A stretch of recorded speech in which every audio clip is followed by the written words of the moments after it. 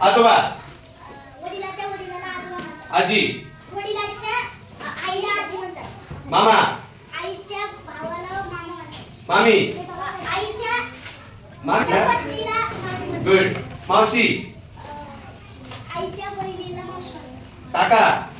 वडिलाच्या भावाला काका म्हणतात. काकू. काकाची पत्नीला काकू म्हणतात. गुड. मावस भाऊ. मावशीच्या मुलाला मामा म्हणतात. मामी भाऊ.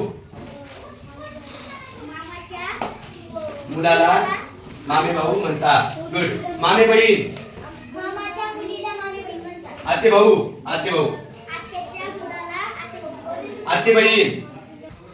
मुलीला आते बहीण म्हणतात. चुलत भाऊ. त्या मुलाला चुलत भाऊ. गुड. चुलत बहीण.